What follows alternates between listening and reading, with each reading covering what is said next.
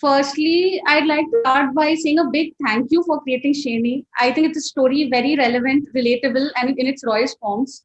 And today, we are so happy to have you at ETimes.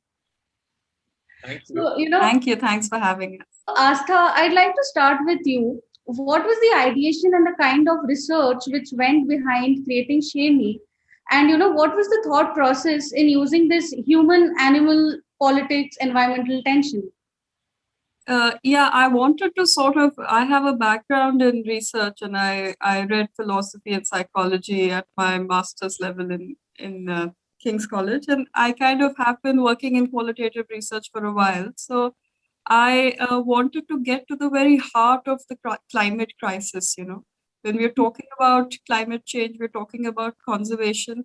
It's a very broad, it's a very broad topic, and it can go from urban households to like recycle and compost to like bigger pictures and political and policy changes. So I wanted to get to what I felt was the heart of the topic and a very pressing issue in India, which is our forests and the relationship with the forests and the wildlife there and the people that live around that, and how all of us have a role to play in what is happening in the minutest of areas, and we don't even know what the repercussions of our actions really are, in these areas. So in terms of methodology, of course, there was a lot of primary research, which is like a lot of field work, a lot of ethnographic immersions, not just with the department, but with also with the people who live in these areas, skirting the forests, and also a lot of reading, academic reading, and also desk research. So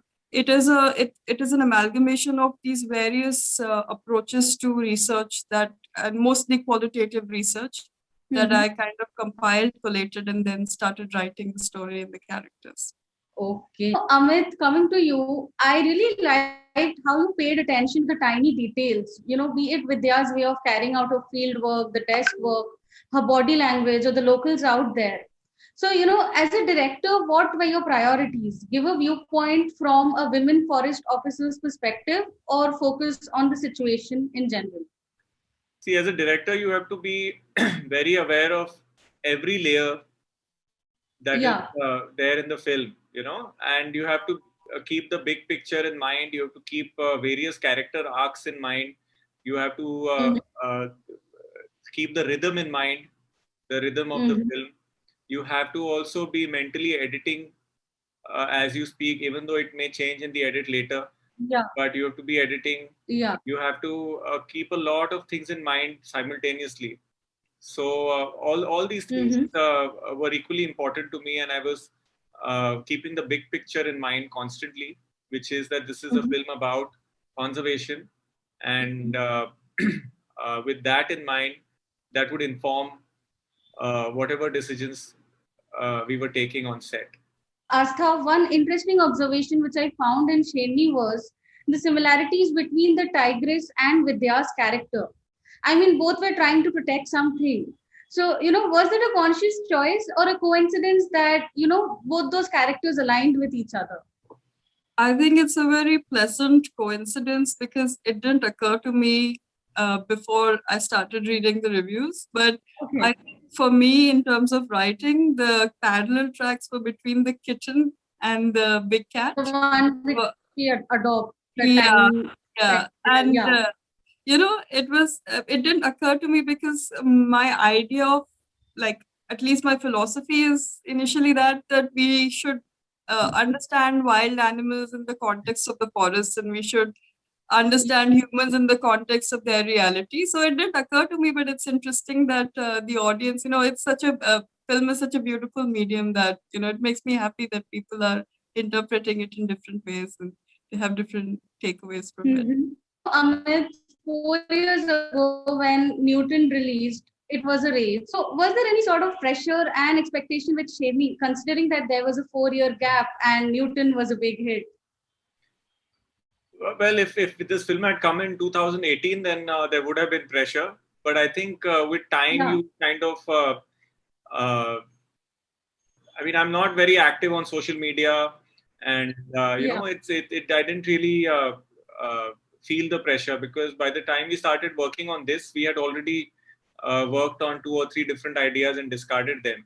So, so this was quite a, it was part of we went with the flow. It wasn't really, there was no pressure as such that I was feeling then.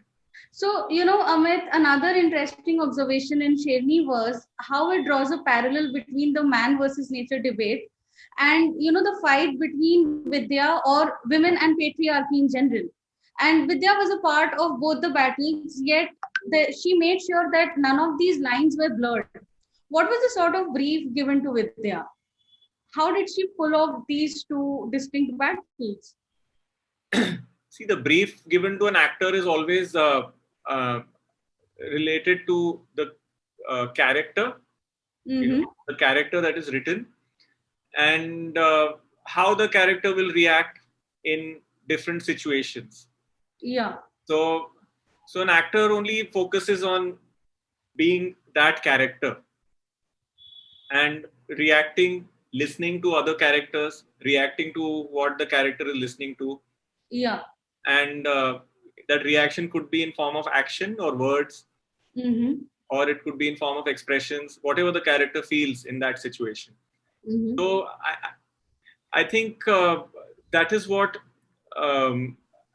actors are good at. They're good at playing somebody else and making you believe that they are another character. So it is just that, we just focus on the character, and the characters, what the character needs to do in different situations depends on how deeply the actor understands that character, and how we, Aastha was also on set, so we would constantly have discussions with Vidya regarding the character graph. So all these things, this is part of the process. True. So, Aastha, you had earlier shared that when you generally write your screenplay, you generally write it in the form of a novel. And there are times when a novel doesn't really follow a realistic writing. Since Sherni is very authentic and detailed, as a writer, what were your challenges in coming out of that comfort zone and make the writing realistic? I think the way is to strike balance between fiction and with a semblance of reality. I think the most important thing is to do your homework, to do your research, to have command over the subject matter that you're writing about. And then the plotting becomes easy. And then the realism comes naturally because you have so much data, so much rich data to work with. And I think had I just written it sitting on my desk without any research, I think it would have been a completely removed from reality film. The fact that there was a lot of field work and there was a lot of research, I think that with imagination put together kind of makes for a realistic story, So that was my approach. Because I think Sherni has come out really well, and it's so real. It is. It was important for us to stick to concepts that feel real to tell the story. Otherwise, it would have missed its heart. So that was definitely. And I mean, since film is a visual medium, I mean, of course, the research begins with writing, but then every department has to do their own research. Like the clothes have to be, they have to look like they're part of the same film. The actors need to look like they're part of the same film. So the casting needs to be perfect. The same thing goes with sound design or music. So all these various, even for the DOP, the cinematographer has to, we had a lot of discussions to discuss how we wanted to shoot. With the editor, we had discussions on what the rhythm would be and how we would be shifting perspectives and point of views through the film. So all these, I think, and also all these people who worked on the film, they share common, we have common love for nature, and there were a lot of common things. So they all believed in the film. So that also helps. So I think it helped us that everyone who worked on the film were on the same page, and we all had similar beliefs. True. So thank you so much, Aastha and Amit, for doing this with me. I had a great time talking to you, and I really look forward to more such conversations and more of your work. Thank you. Thank you so much. Bye. Thank you.